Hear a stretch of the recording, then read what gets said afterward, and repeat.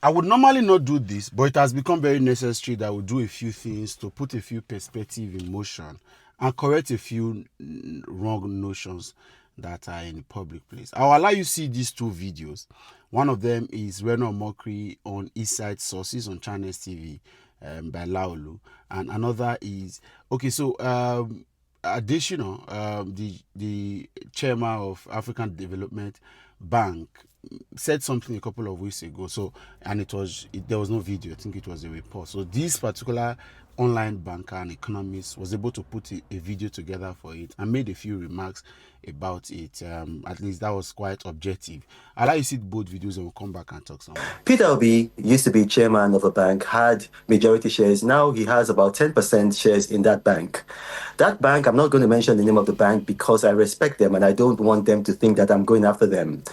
But last year, the bank declared profit of 124.3 billion naira. This year, and they just released their figures about a month ago, they declared profit of 385.4 billion naira. So their profit has increased by more than three, by a multiple of times three, more than that.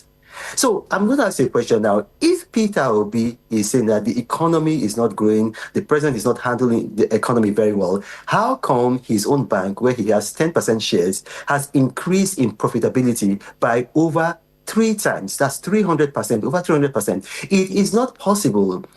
Asiwaju Bola Ahmed Tinubu has exceeded the expectations of most reasonable Nigerians. And this man came in, Nigeria was the #1 petrol importer in Africa. Right now, we are not. South Africa has now overtaken us. We are now instead the #1 petrol exporter in West Africa. So anybody saying that this man has not done well is just being political and they are not being truthful. I don't know if you saw this from the African Development Bank president, that the GDP per capita of Nigeria is now around $824. Well, what does this mean? Well, calm down, let me explain. What the president of AFDB was saying was that as at 1960, the average income of Nigerian household, what people earn, was around $1,824, per person. Now, what the average person earns now is $824. So we've gone back. Now, this has severe consequences for the whole country. It means disposable income is drying up in people's hands, and the kind of businesses that people want to do will be tailored between either the rich or the poor, because the middle class is shrinking. I'm sure you must be wondering, how come businesses in Nigeria are declaring profit everywhere? Number one, most of the companies that you see that are doing very well are exposed to the whole country. So there's a contribution from the rich, the poor, the middle class. Everybody is contributing towards that success. And Nigeria has a secret weapon. And that secret weapon is called the diaspora, the people that live outside Nigeria. They are saving us.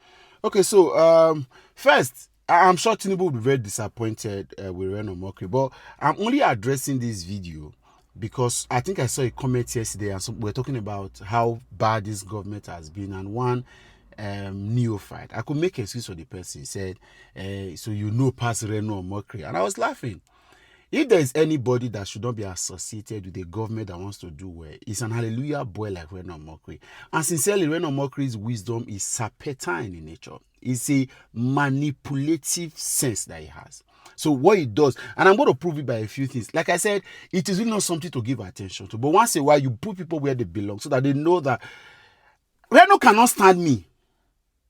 Except in the realm of manipulation, right, and serpentine wisdom, Reno is top-notch.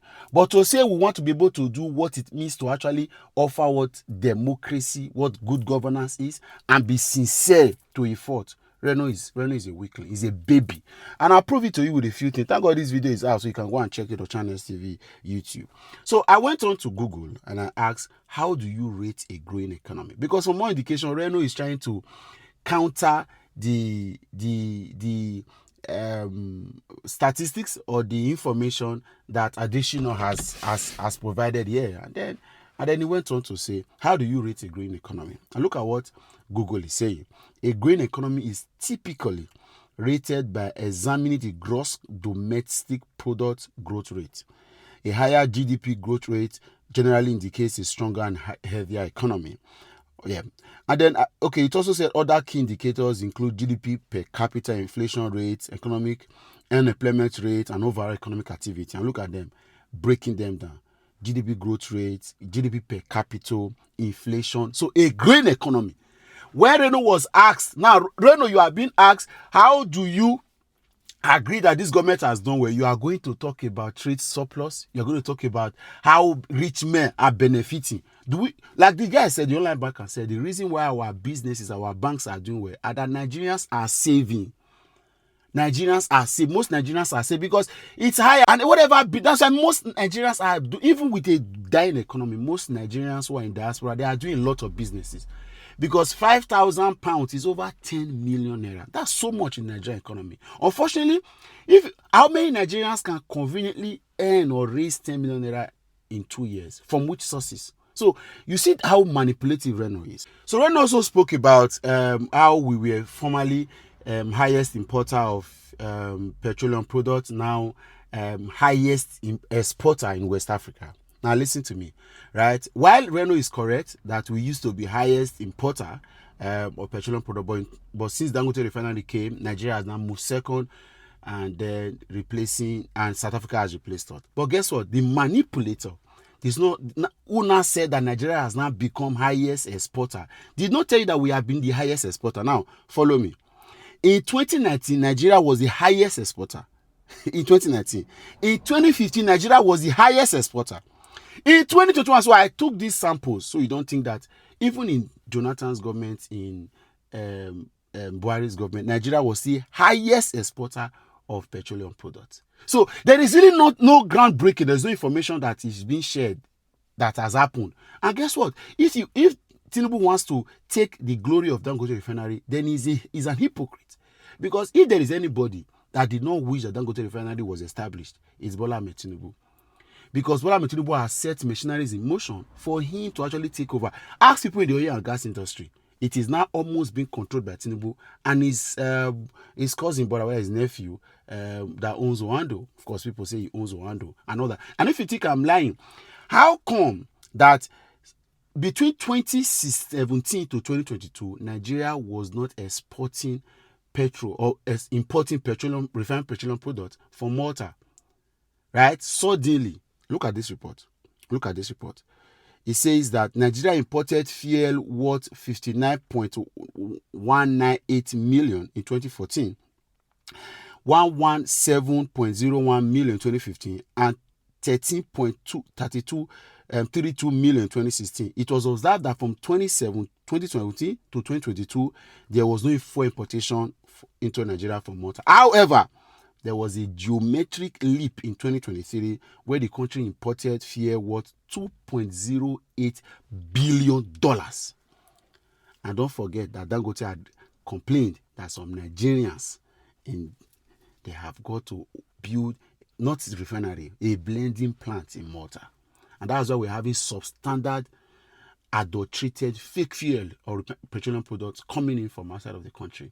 So if there is anybody that is not happy with Dangote refinery, it's Tinubu. And if Tinubu had a will, he would have stopped Dangote refinery processing to come. So why are you taking glory for what exactly you did not do? For what exactly you did not want to happen?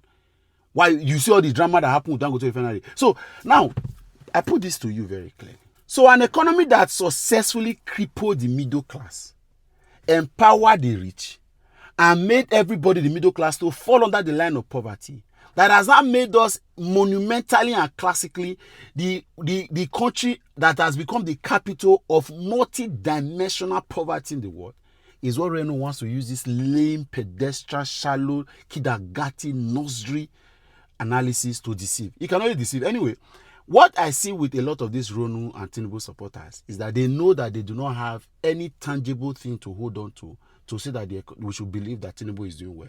So they trust people like Reno to be feeding them with propagatory theories, propagandas, lies, manipulative stories, so that they can use to to beat their chest to say there is anything happening in this government. It is only an idiot that will listen. I would even prefer a primary school student that tells me he believes that Tinubu will do it than to listen to Reno. And if I decide to respond to all Reno's, as I saw his article on the trade projections that he said against the information we had of Tinubu requesting the National Assembly. And sometimes I look at Reno and I say, anybody who they believe Reno, don't go to the hospital, go to the mechanic to fix the nuts in your brain. Bunch of idiots.